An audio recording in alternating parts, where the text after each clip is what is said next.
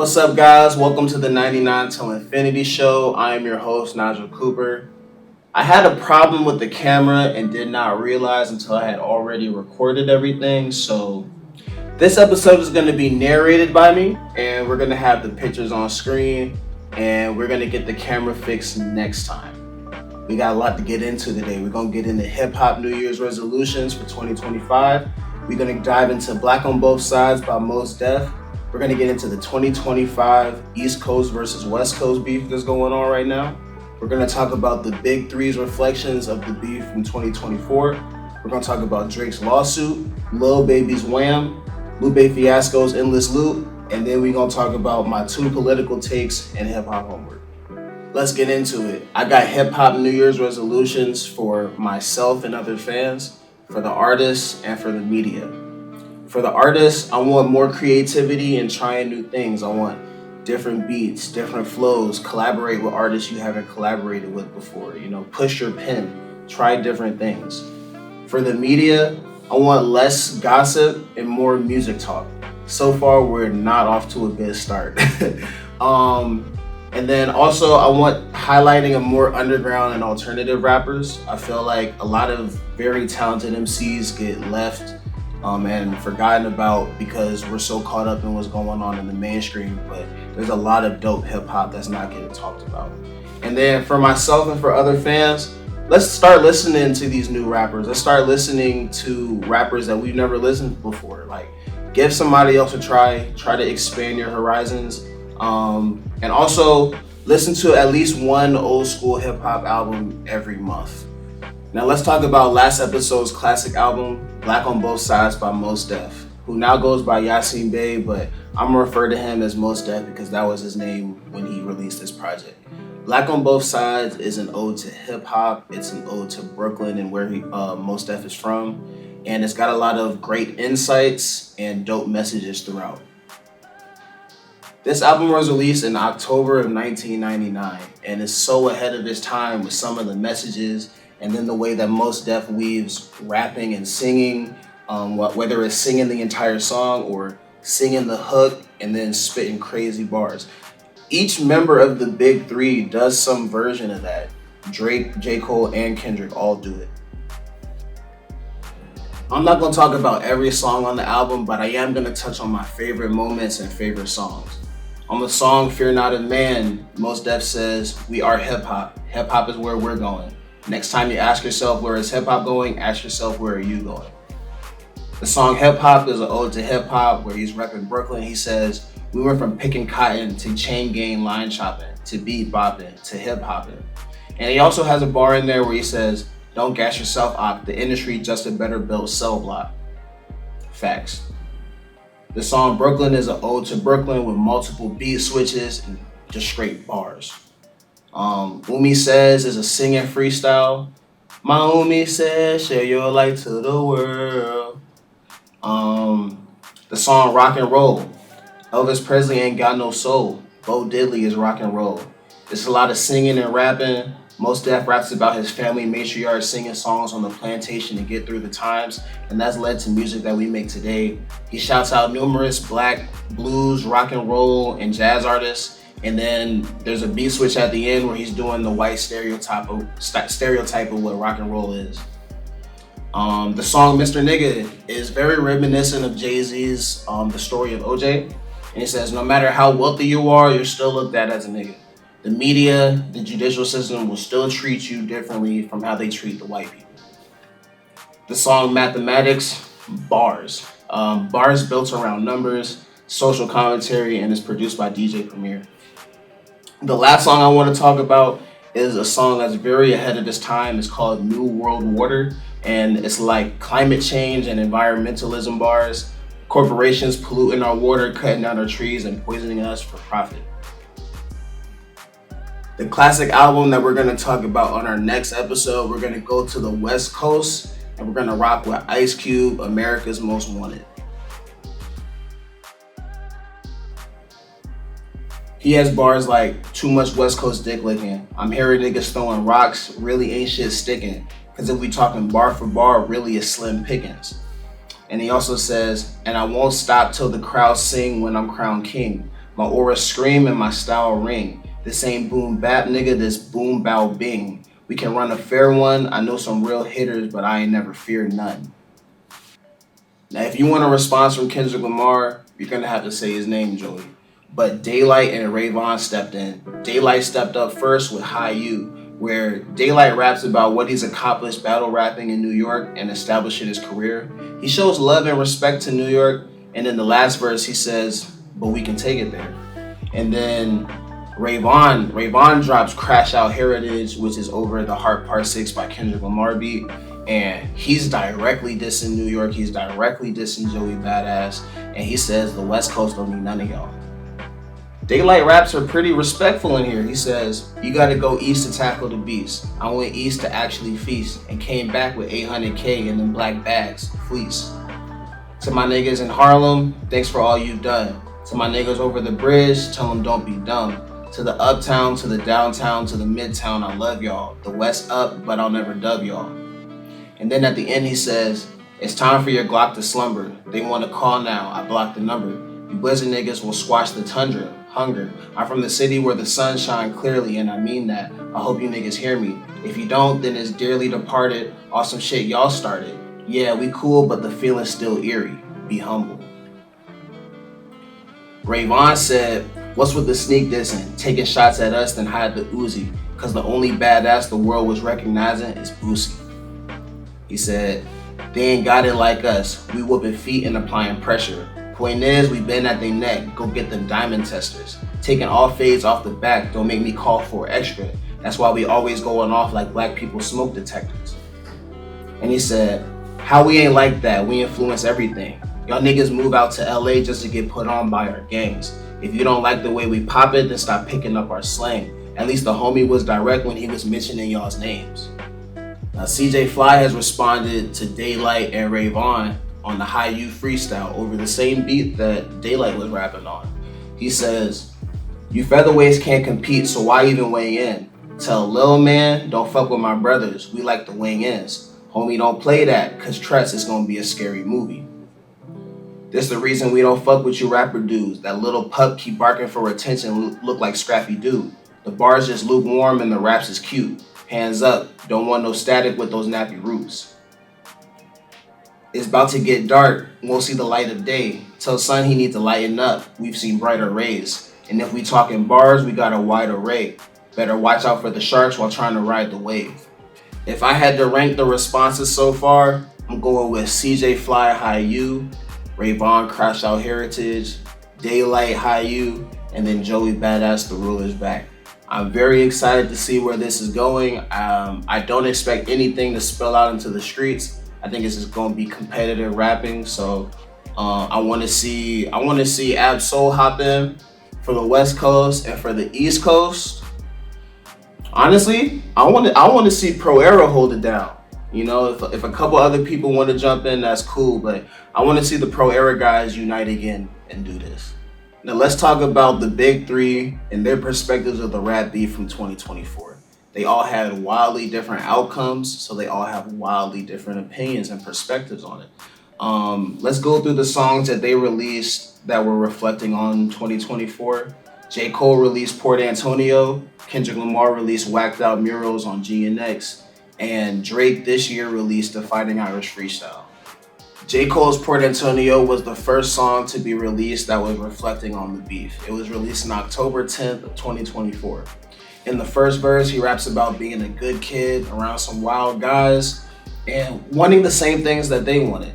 And then he also raps about being in the middle of a street feud between friends, and that basically him juxtaposing where he found himself in the beef. And he raps, "I've seen lifelong friends turn to devilish ops. I was Mike in red leather trying to tell him to stop. You better beat it before you see the heavy metal get popped." In the second verse, he addresses his perspectives and reasonings for his actions in the beef. He said, "I pulled the plug because I've seen where it's about to go. They wanted blood, they wanted clicks, they want to make their pockets grow. They see this fire in my pen and think I'm dodging smoke. I wouldn't have lost a battle dog, I would have lost a bro. I would have gained a foe, and all for what?" He says, since the age of 14, Jermaine is no king. If that means I gotta dig up dirt and pay the whole team of algorithm bot niggas just to sway the whole thing on social media competing for your favorable memes. To be considered the best or live and rest. The weight of both things, I understand the thirst of being first made them both swing. Then he says, my dog texted me. I'll share the words he said to me. If you refuse to shoot the gun, don't mean the gun ain't deadly. I guess in that metaphor, hypothetically, the gun is me. I text him back, guess a gun ain't what I'm trying to be. Then he shows love to Drake and gives Drake a pep talk. He says, they say I'm picking sides, don't you lie on me, my nigga. They start another war, Drake, you'll always be my nigga. I ain't ashamed to say you did a lot for me, my nigga. Fuck all the narratives. Tapping back in your magic pen is what's imperative. Reminding these folks why we do it is not for beefing, it's for speaking our thoughts, pushing ourselves, reaching the charts, reaching your minds, keeping your hearts, creeping to find, emotions to touch, something inside to open you up, help you cope with the rough times and shit. I'm sending love cause we ain't promised shit, my nigga. And then he addresses toxic fans, he says, I would've gained a foe and all for what? Just to attain some more props for strangers that don't got a clue what I'm aiming for? And says, now some will discredit me, try to wipe away my pedigree, but please find a nigga that's rapping this incredibly. And says, they stripped me of my spot and now I'm finally free, my nigga. Kendrick Lamar released Whacked Out Murals on November 22nd. He addresses everything since the beef and how he feels about people's reactions to him. He said, yesterday somebody whacked out my mural, so this was definitely recorded in September. He says, it used to be fuck that nigga, but now it's plural. Fuck everybody. That's on my body. And then he addresses J. Cole, Lil Wayne, Snoop Dogg, Ice Cube, Drake, among others. When addressing J. Cole, he says, fuck apologies, I want to see y'all geeked up. Don't acknowledge me, then maybe we can say it's fair. Take it to the internet and I'ma take it there. J. Cole did not acknowledge Kendrick on Port Antonio. When addressing Snoop Dogg and Lil Wayne, he said, I used to bump the Carter 3, I held my rolly chain proud. Irony, I think my hard work let Lil Wayne down. Whatever though, call me crazy, everybody questionable. Turn me to a, I drew the line in decimals. Snoop posted Taylor Made, I prayed it was the edibles. I couldn't believe it, it was only right for me to let it go. And then he said he won the Super Bowl. Nas was the only one that congratulated him. He takes some shots at Ice Cube. He said, quite frankly, plenty artists, but they outdated. Old ass flows trying to convince me that you they favorite. And then later in the song, he says, you ever ate Cap'n Crunch and proceeded to put water in it, which is a reference to an Ice Cube character in, not Friday. I can't remember what movie. He takes some shots at Drake. He says, where you from? Not where I'm from. We all indigenous. Against all odds, I squabbled up for them dividends. He says, I'm doing what COVID did. They'll never get over it. He said, niggas from my city couldn't entertain old boy, promising bank transactions and even Bitcoin. I never piece it up. That shit don't sit well with me. Before I take a truce, I'll take him to hell with me. If that money got in the hands of a crash dummy, could jeopardize my family and burden the ones who love me. So if Drake was putting money on the streets, which Kendrick did say that in 616 in LA, yeah, this beef ain't going nowhere. And then on January 3rd, 2025, Drake dropped the Fighting Irish freestyle where he raps about feeling betrayed by his brothers LeBron James and DeMar DeRozan. He raps about the shooting that happened at his home, and he previews litigation while also addressing Meet the Grams and asserting his blackness. He says, the world fell in love with the gimmicks. Even my brothers got tickets. Seemed like they loved every minute. Just know this shit is personal to us and it wasn't just business. He said, remember when we used to trade watches? Now we're not going on summer vacation together. He says, talking about family, well, I'm not the cousin to visit. God forbid we ever got to tarnish your public image. All that brother talk as if I really discovered a sibling. Rapping about the shooting at his home, he says, niggas tried to light the front gate up. It wasn't for Christmas. I said a prayer that morning for Sean. It wasn't religious. It came from a place of desperation and utter submission. Rapping was over for now. It came all of a sudden decision. I don't give a fuck about you snakes and these other musicians. Niggas started fucking with my family, I'm going to prison. And then he previews litigation. He said, and we all crashing out together. My brother's complicit. Who put a pipe bomb in your trunk? It was an exhibit. I'm trying to blow the doors off that bitch when I touch the ignition. But then I gotta remember who made this shit come to fruition. He's talking about UMG. Then he says, who's got the most to lose and who's in that other position? Signal conversations, well, I hope they got double encryption. I hate to see the empire crumble on judges' convictions. That's not hard. It's not. And then he tries to address Meet the Grams and also assert his blackness. He says, but next time, bury me in gold, my blood is Egyptian. The Dennis James come out when the vodka is flooding my system. I don't have a drinking problem, I got a subtle addiction. I got my father's habits and I got my mother's permission. And then he finished the song saying, I'm staring at my daddy while y'all tell me I wasn't that nigga. So what does all of this tell us? J. Cole says that he was in the middle of the feud. He said that he pulled the plug because he values his relationships with these guys, and this isn't the way that he wants to be the best. And then he also kisses up to Drake. J. Cole, the part I really don't like about that song is that, if you refuse to shoot the gun or whatever, that whole part, like, no, bro, you shot the gun.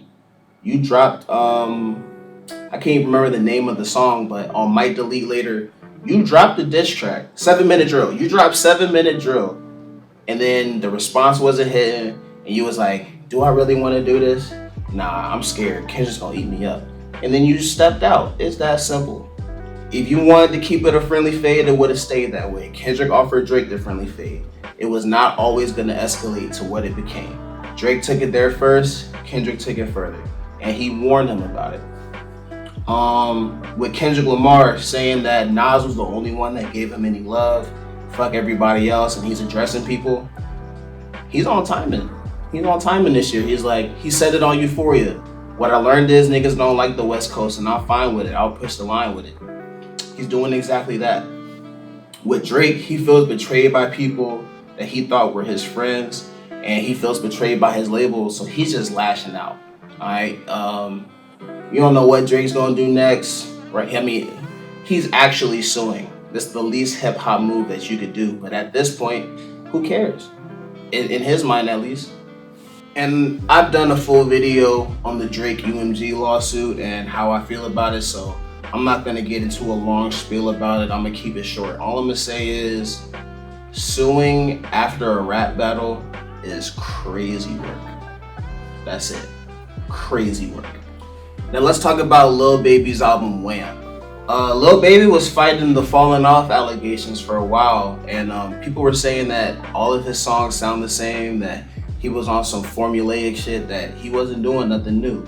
And then also he did an interview recently where he said that he learned a lot of things from the Young Thug trial, things that were happening in Thug and YSL and some of the other RICO cases that happened in Atlanta. He was like, all right, this 4PF thing, we can't keep doing that. And then he realized that he can't move the same, he can't rap about certain things because he can be held accountable for other people's actions. So with that being said, I listened to the project 3 or 4 times. I enjoyed it. I enjoyed it more than his last work. There are certain songs where I do feel like they sound like future songs, but that is what it is. If I take them for what they are, I really enjoyed the songs. My favorite songs on the project were Dumb, Dumb, and Dumber, Listen Up, F You 2 Times, I Promise, Redbone with Glorilla, Stiff Gang, So Sorry, Drugs Talking, Free Promo, and Outfit with 21 Savage.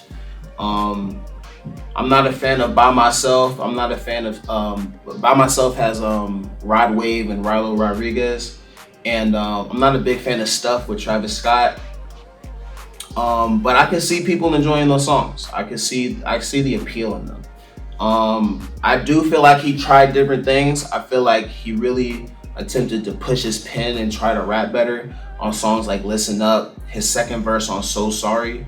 And there's a lot of songs that I'm putting on my workout playlist. I thought Wham was a good project. I haven't listened to the deluxe yet, but I think he beat the allegations, at least with this project. He did well.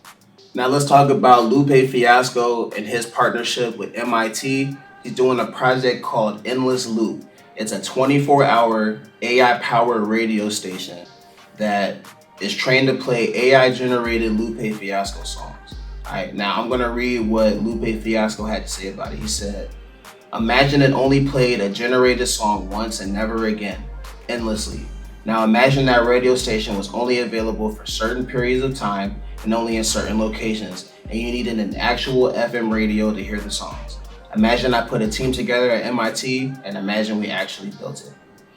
Now, this is very controversial because this is AI and hip hop.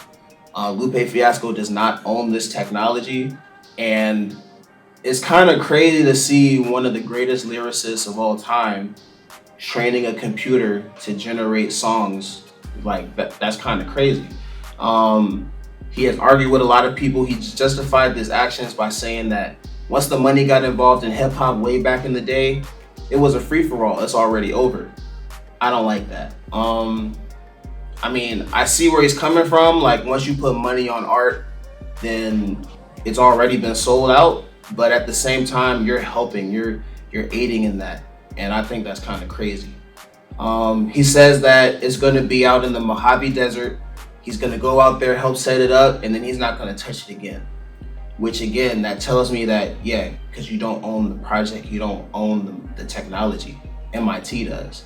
And I think it's disingenuous to say that, oh, the songs are only going to be played one time only and it'll be never played again. And you can only hear it if you have the FM radio and you're there at the specific time. Like, come on, man. You know how the internet works. Those songs are going to be end up posted on social media. Somebody's going to record those songs and post it somewhere. And that technology is not going to be contained to just endless loop. It will eventually be used to generate songs for other artists, or to write songs for other artists, or to just create AI artists for record labels. I guarantee you in the future that's what this technology is going to be used for. So I'm not a fan. I do not support this project. I love Lupe Fiasco's music, but this does disappoint me. Now I got two political texts for you guys. The first one is about the California wildfires, and first off, it's a crazy tragedy. I want to give my condolences to anybody that's lost their life, and I want to give my sympathies and prayers to the people who lost their homes, lost keepsakes, lost property, and anything else. Like that is crazy what's going on out there. But what I really wanted to touch on is there's a lot of prisoners on the front line fighting those fires. There's a lot of child prisoners on the front lines fighting those fires. And for California, right? California is a democratic state, it's a liberal state, right? For them to still be using slave labor, which is allowed under the 13th Amendment, is crazy. And not too long ago, there was a story about Alabama having a convict leasing program where they got inmates working in like McDonald's and stuff, right? And it's crazy. Like you expect that out of the Deep South, right? But that just goes to show you it's happening all across this country. And when those kids get out of jail, when the adults get out of jail, they don't get a certificate or something that qualifies them to be an actual firefighter. They don't get that career opportunity after they get out of jail. And same thing with the convict leasing in Alabama. Those people aren't going to be let free. Those people aren't going to be able to work at McDonald's when they're free. They're felons. So it's like, it's just a crazy thing, and it shows that slavery is still alive and well in the United States of America. My second political take is about the TikTok ban. As I'm recording this, the ban has already been uplifted and the app is back on. People have been texting my phone already. But with that being said, the fact that it could even happen, the fact that foreign governments in fact, I feel like I would get blocked if I said their name, but foreign governments can get super PACs and lobby our congressmen and lobby our representatives, right? That Mark Zuckerberg and Elon Musk and Jeff Bezos can put money up, and we can actually see the holdings of our congressmen where they have money from APAC, where they have Meta stock, where they have stock in Tesla and this, that, and the third, where they have stock in Amazon. And then they get rid of the competition for Meta and Amazon. And then they get rid of the mechanism that fights against the propaganda coming from APAC, right? Our freedom of speech is being stifled. And their justification for it is the Chinese are taking our data and using it against us. And then they're also sending messages that are anti-America. I want to say first and foremost, Facebook has been caught a million times taking all of our data and selling it. So I don't understand how Facebook isn't being banned. I don't understand why there wasn't just a law that was written that comprehensively attacked the things that they were worrying about and applied it to every app in America instead of just targeting TikTok, right? And it's crazy. And on top of that, Facebook, Meta, Amazon, they couldn't compete with TikTok, so they paid our representatives to get rid of it. I think this is crazy. And there's a lot of people who just said, oh yeah, we need to get rid of that app. It's brain rot. Oh yeah, who cares about getting rid of that app? You can get on other apps. It's like Vine dying out. No, it's not. Vine did not get legislated out. Our representatives were not paid by foreign governments and by billionaires to get rid of it. Like, I feel like people just don't see the forest for the trees. I don't know if I'm explaining this to the extent that it should be explained, but the TikTok ban being passed by Congress from both parties, the TikTok ban being 9-0 by the Supreme Court, the TikTok ban being signed into law by Joe Biden, even though he didn't enforce it, it's still crazy. And then Donald Trump, right? He's going to get the credit for keeping TikTok alive for however long. It was originally his idea to get rid of TikTok. So our government can come together and agree to get rid of an app because they can't control the flow of information. But they can't come together for our safety. They can't come together to decrease prices and stop price gouging. They can't come together and improve our healthcare. They can't come together for any of that. But they can come together to silence us. Just sit with that. Now let's review last episode's hip hop homework.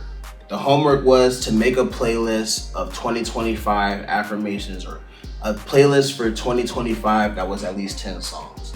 So I'm gonna share my playlist.